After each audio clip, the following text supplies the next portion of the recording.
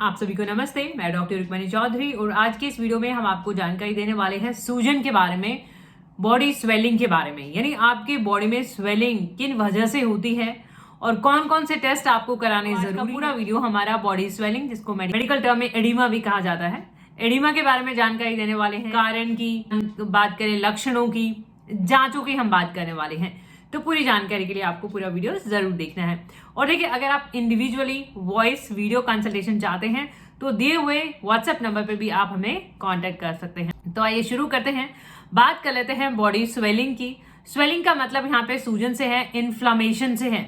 देखिए, स्वेलिंग का medical term अभी हमने बताया एडिमा है, यानी किसी पर्टिकुलर पार्ट की सूजन हो जाना, या फिर पूरी बॉडी में भी आपको स्वेलिंग देखी जा सकती है। किसी इंजरी के बाद ऐसा हो सकता है, किसी इन्फेक्शन के बाद भी ऐसा हो सकता है।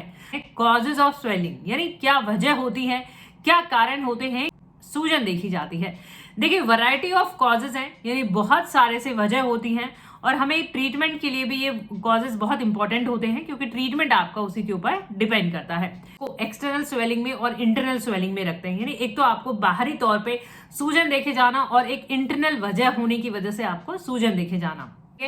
एक्सटर्नल स्वेलिंग की बहुत सारी वजह बन जाती हैं। जैसे अगर हम बात करें पीरियड्स के टाइम पे, मेंस्ट्रुएशन एक फिजियोलॉजिकल स्वेलिंग भी कह सकते हैं हम, कि पीरियड्स के टाइम पे आपको बॉडी में स्वेलिंग देखी जाती है। धीरे धीरे जैसे आपके पीरियड्स ओवर होते हैं, आपका स्वेलिंग नॉर्मल भी हो जाता है। सेम विद प्रेगनेंसी, प्रेगनेंसी के टाइम पे महिलाओं में प्रेगनेंसी के टाइम पे स्वेलिंग देखी जाती है, जो कि जैसे ही डिलीवरी होती है वो धीरे धीरे अपने आप सबसाइड कर जाती है। इंजरी की, जैसे अगर आपको कोई चोट भी लगती है तो आपने देखा होगा वहां पे वो एरिया सूज जाता है, स्वेलिंग देखी जाती है। अगर हम इन्फेक्शन की, किसी इन्फेक्शन की वजह से, जैसे अगर हम बात करें लोकलाइज स्वेलिंग की, जैसे अगर मान लो आंख में सूजन है तो इन्फेक्शन की वजह से ऐसा देखा जा सकता है। किसी इंजरी की वजह से, चोट की वजह से भी ऐसा देखा जा सकता है। कई बार जैसे मान लो आपको दाने होते हैं, हाइव्स की अगर हम बात करें, अर्टिकेरिया की, आपने देखा होगा अर्टिकेरिया एक एलर्जिक रिएक्शन, एक बहुत ज्यादा एलर्जिक रिएक्शन देखा जाता है, इसको हम एनाफाइलैक्टिक रिएक्शंस भी कहते हैं। एनाफाइलैक्टिक शॉक भी कई बार देखा जाता है। वो एक तरह का एलर्जिक रिएक्शन देखा जाता है, जिसमें आपकी पूरी बॉडी में स्वेलिंग हो जाती है और वो एक इमरजेंसी कंडीशन भी होता है। तो यानी बहुत सारी वजह होती हैं आपकी। जैसे अभी हमने बताया लोकलाइज और जनरलाइज। लोकलाइज किसी पर्टिकुलर पार्ट से लेके, जैसे मान लो अभी हमने आंखों की बात करी, पेरी ऑर्बिटल एडिमा हम जिसको कहते हैं, यानी कई बार आपकी आंखों के चारों तरफ हो सकते हैं, कई बार आईज का भी देखा जाता है। ऑर्बिटल एडिमा कई बार इन्फेक्शन की वजह से ऐसा हो सकता है, जिसको कि हम लोकलाइज कहेंगे। और जनरलाइज, जिसमें आपकी पूरी बॉडी में सूजन दिखी जाती है। हम इंटरनल बॉडी स्वेलिंग की, कि कुछ ऐसे इंटरनल रीजंस रहते हैं जिनकी वजह से स्वेलिंग देखी जाती है। बात करना चाहेंगे किडनी फेलियर की। देखिए, किडनी का, लिवर का प्रॉपर फंक्शन करना, अच्छे से काम करना बहुत ही जरूरी होता है।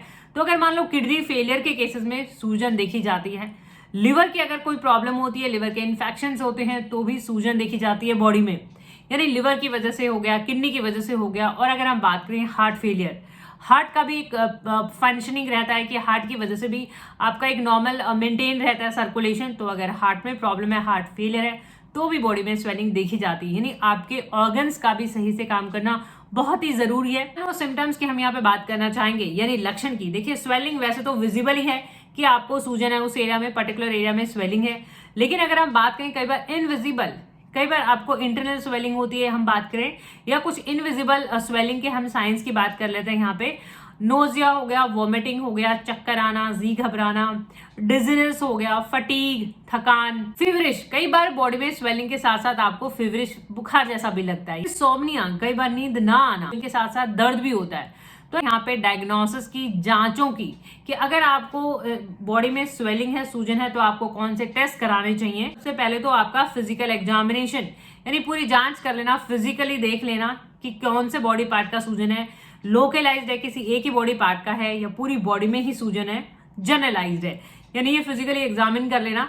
आपकी जरूरी जांच है, जैसे अगर हम बात करें ब्लड की जांच, लीवर फंक्शन टेस्ट हो गए, किडनी फंक्शन टेस्ट हो गए, या यूरिन की हम बात करें, यूरिन का पूरा जांच कर लेना, यूरिन के टेस्ट कर लेना, ब्लड के टेस्ट कर लेना, इमेजिंग टेस्ट कर लेना। जैसे मान लो सीटी स्कैन है, एमआरआई है, ये करना बहुत ही जरूरी हो जाता है। इमेजिंग टेस्टिंग से आपका फ्लूइड रिटेंशन का पता लग जाता है और आपके इंटरनल टिश्यूज का, जो अंदर जितने भी टिश्यूज हैं, मसल्स हैं, उनका पूरा स्ट्रक्चर देख लेना अच्छे से, तो वो पता लग जाता है। इवन फ्रैक्चर का भी पता लग जाता है, बोन फ्रैक्चर का, तो वो भी। इनके अलावा भी अगर सिम्टम वाइज लगता है कि किस हिसाब से आपके सिम्टम्स जा रहे हैं, उसके अकॉर्डिंग फर्दर एडवांस टेस्ट भी हो सकते हैं। ट्रीटमेंट पार्ट की देखिए, ट्रीटमेंट के लिए ये गाइडलाइन रहेंगे कि आपका कॉज क्या है।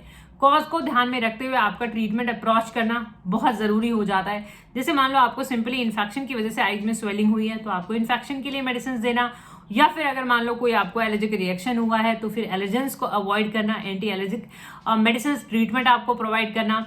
या किसी इंसेक्ट बाइट की वजह से ऐसा है, या फिर किडनी फेलियर है, या फिर लिवर में प्रॉब्लम है, यानी ये पूरे अंडरलाइन कॉज देखना कि क्या वजह हो सकती है, उसके अकॉर्डिंग आपका मोड ऑफ ट्रीटमेंट डिपेंड करता है। प्रिवेंशन की यानी कि बचाव की देखिए, जब भी स्वेलिंग सूजन की बात आती है हम आपको खट्टे के लिए मना करते हैं कि खट्टी चीजें आपको कम से कम लेनी चाहिए, सुबह शाम आपको अवॉइड करनी चाहिए।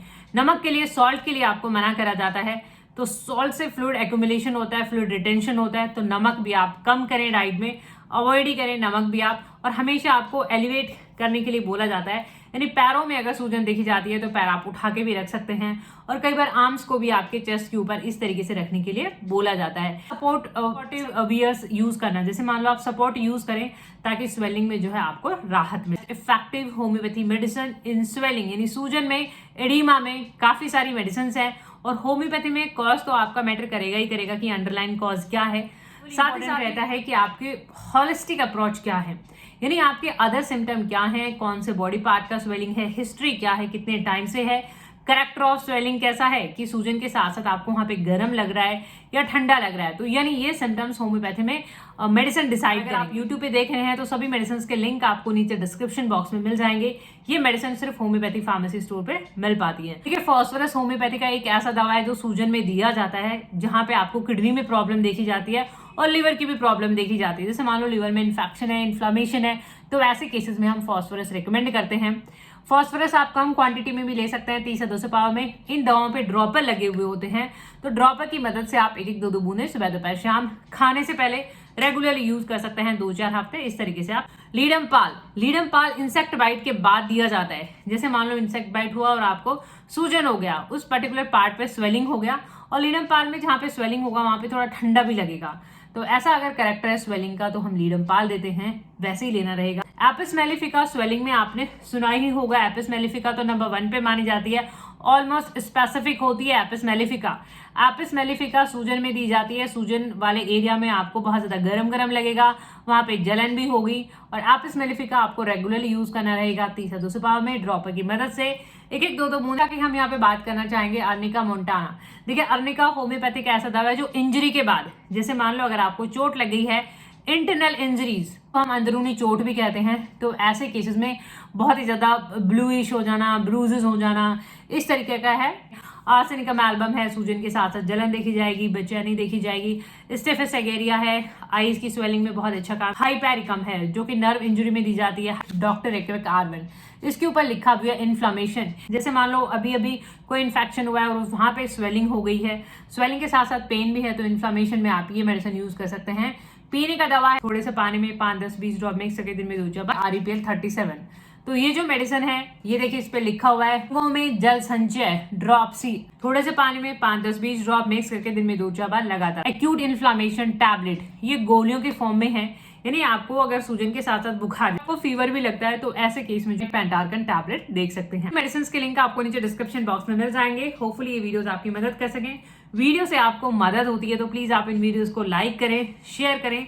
चैनल पे नए हैं तो चैनल को सब्सक्राइब करें, बेल आइकन घंटी जरूर दबाएं अपडेटेड रहने के लिए। Thank you for your time, thank you for watching, keep watching, keep supporting. Thank you so much, thank you.